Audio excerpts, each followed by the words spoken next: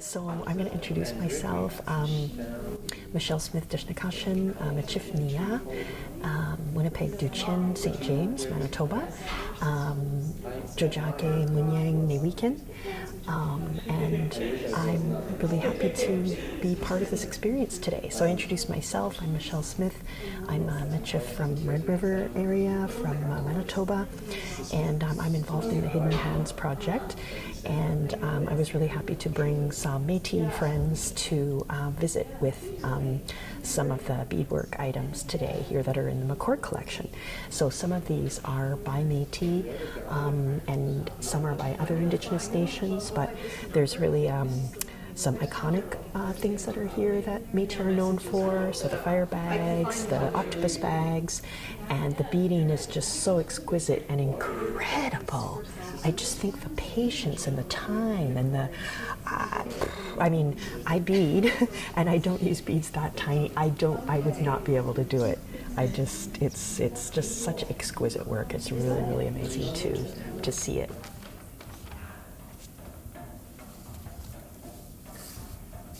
It's funny, it's strange to be visiting with these items and not being able to touch them and engage with them.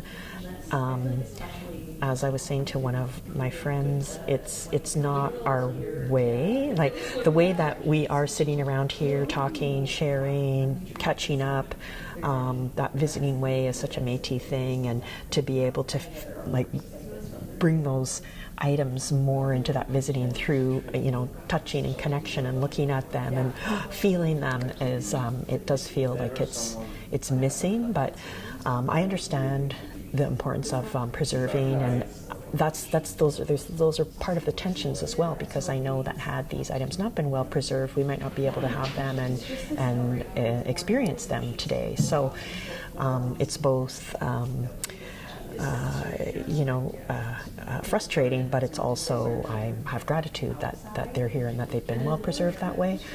But in many ways, these items were meant to be used, and so what does that mean? What would the makers think of that? Their items being sort of locked away and people not being able to see them and experience in them, and what does that mean for the spirit of those items as well?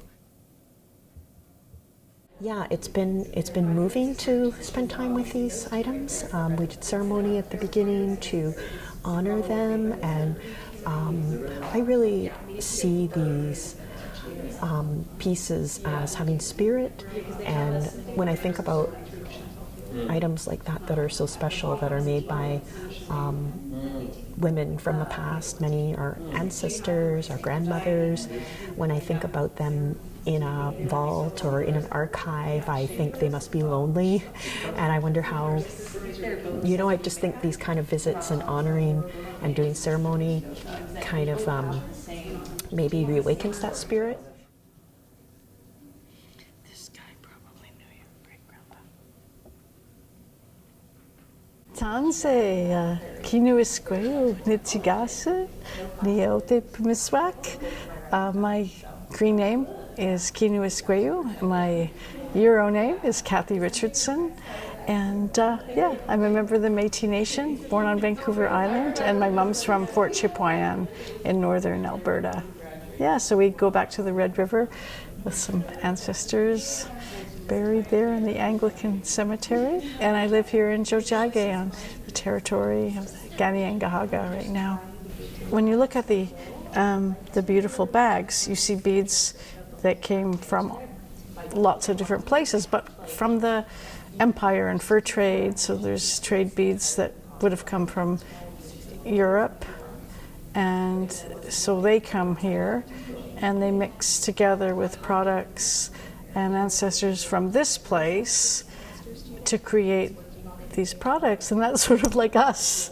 Yeah, like our lineage, our DNA, our survivance and resistance knowledges, and all of who we are is comprised of all these different places on Mother Earth, Pachamama, and so it's all in movement and still really breathing and growing, and so our people are still evolving, especially in Quebec, working towards acknowledgement. But also I really appreciate that you brought medicines and you smudged the bags and brought an offering for the ancestors, and this all contributes to reminding us this is all so alive. And it was mostly the hands of women that picked the berries that were used for the dyes. They might not have killed all the animals, maybe their sons or husbands did, but they prepared the body of these animals to serve and nurture the human population, or the ones that we are descended from.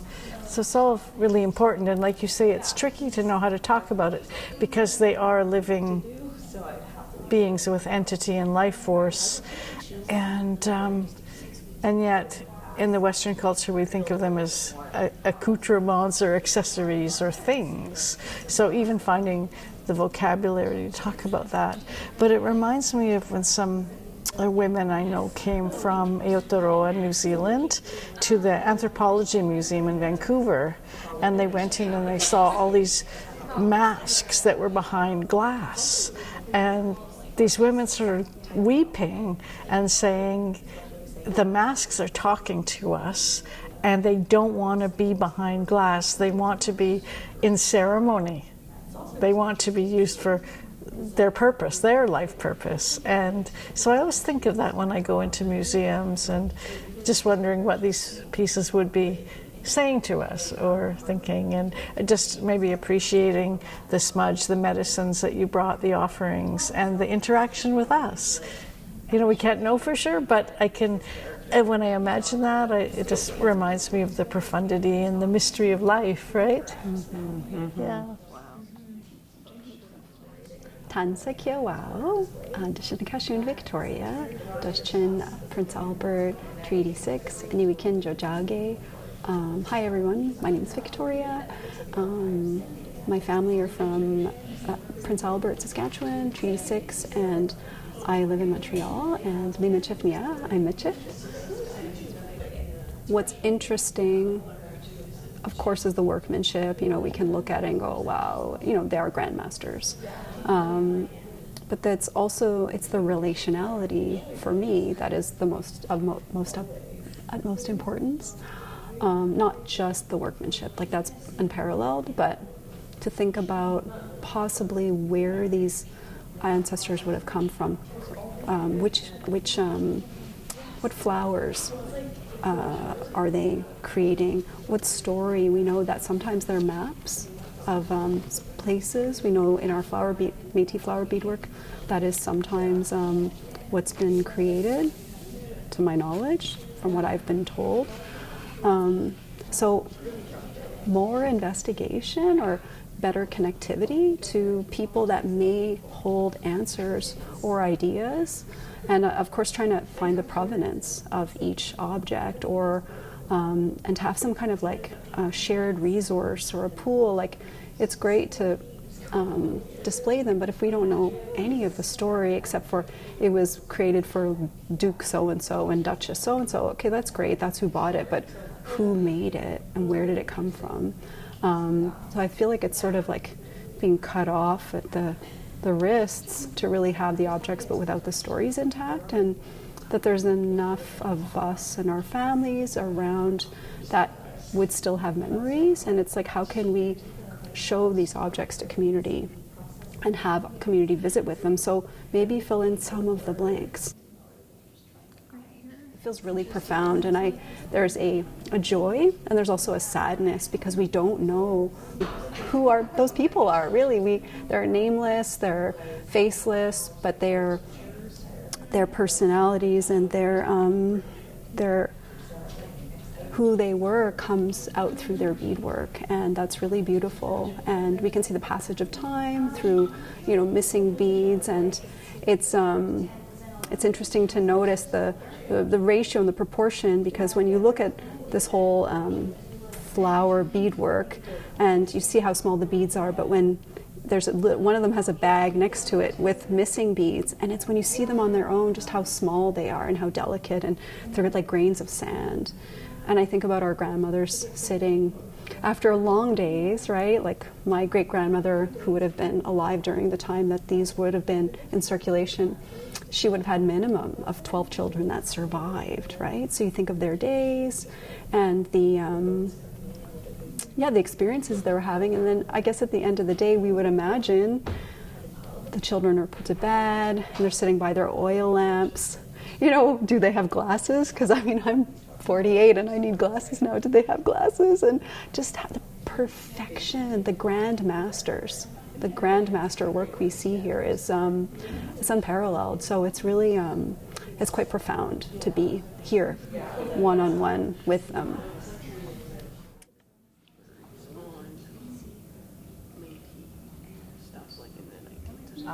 So I'm Elizabeth Fast. I'm Michif and Mennonite from, I was born in St. François Xavier, Manitoba, and some of my ancestors are from there as well. They're also from St. Norbert and St. Boniface and St. Anne, as well as Turtle Mountain and the Northwest Territories. I think there's always like a desire to know more, like know who the artists were, like exactly what the years were and where they came from, and like what was happening at the time, and how they're connected to our families, and like the story. You know, I want more of it. So yeah, it's great. Like what we did get, but sometimes it still feels a little bit disconnected for me from it. Like, yeah, being immersed in what was happening in the day-to-day lives of our families and their communities. So yeah, for me, I'm always imagining the stories that go along with what we're seeing, and yeah.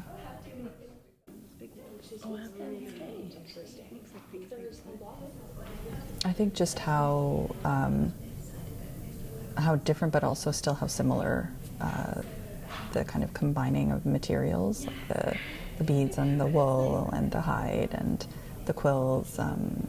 You know, how that's still what we're using, like as much as things have kind of changed and modernized, the materials are actually really similar, and that we've been able to pass on those knowledges despite all the attempts to eradicate them. So it's reassuring to see that there's still that knowledge is still there, and you know, and even if it's shifted a little bit, the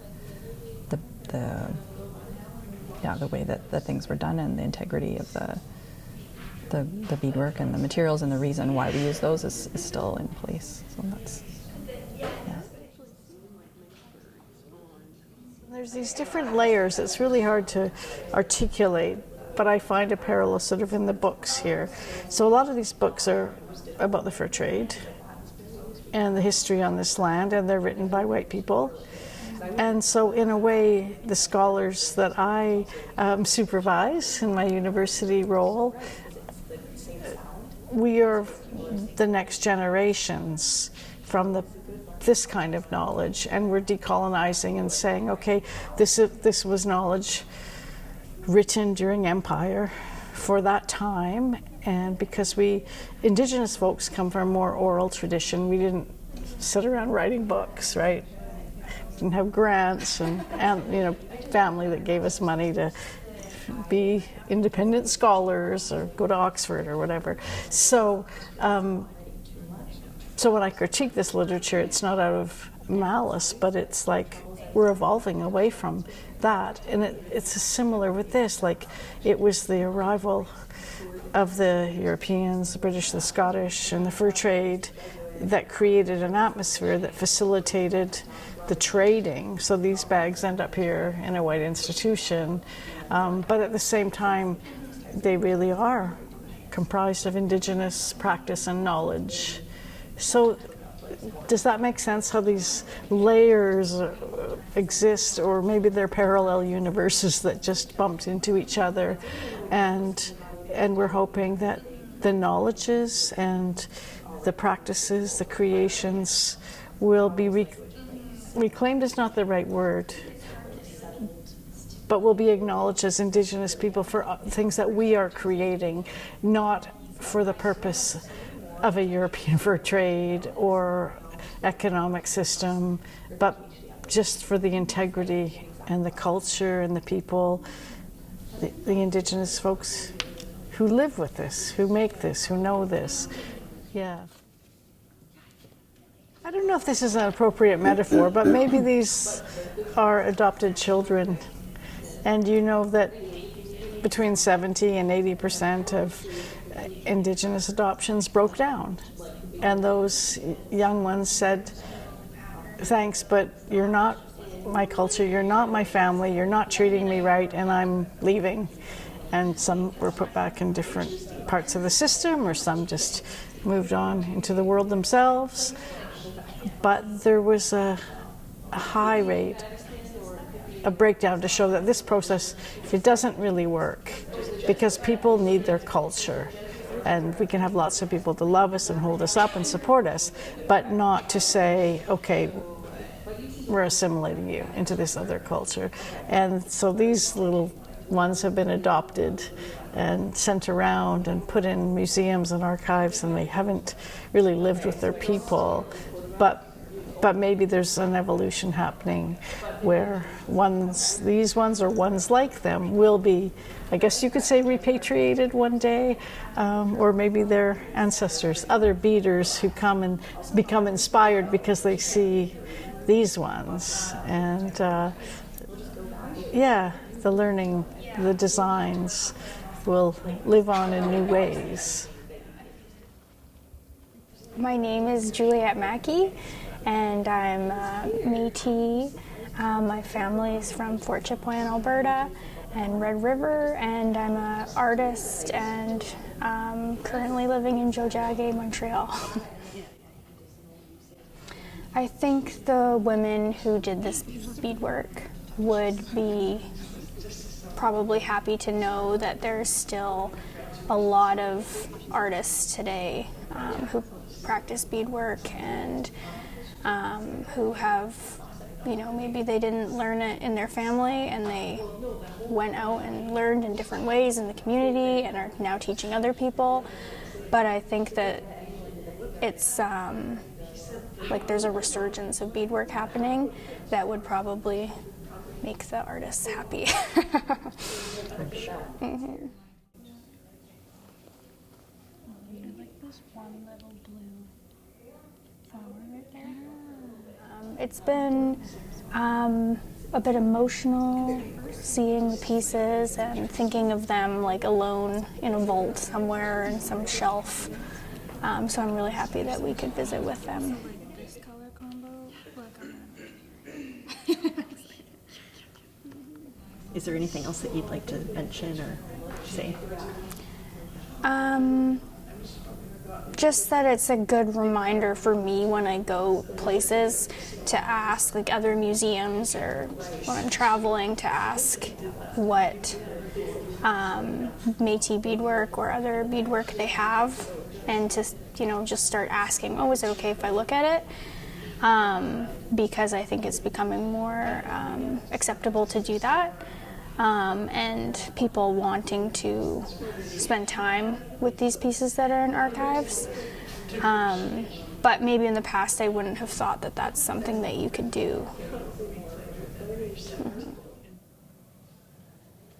So I'm not sure what the answer is. I think it's something that would have to evolve, and I think that museum practices are evolving and archival practices are evolving, and there's a lot of talk about repatriation and bringing items back to community and back to the lands where they came from and the families that they originate from. So I think that's really important. And then I'm not sure. I think the being able to handle and touch, I think we need to get there through a process of I guess, discussion and sharing about what are best practices, what are the ways to do that. Maybe there are some items that we can touch and share and some that we don't, and I think some of those types of things are happening in some different museums now. So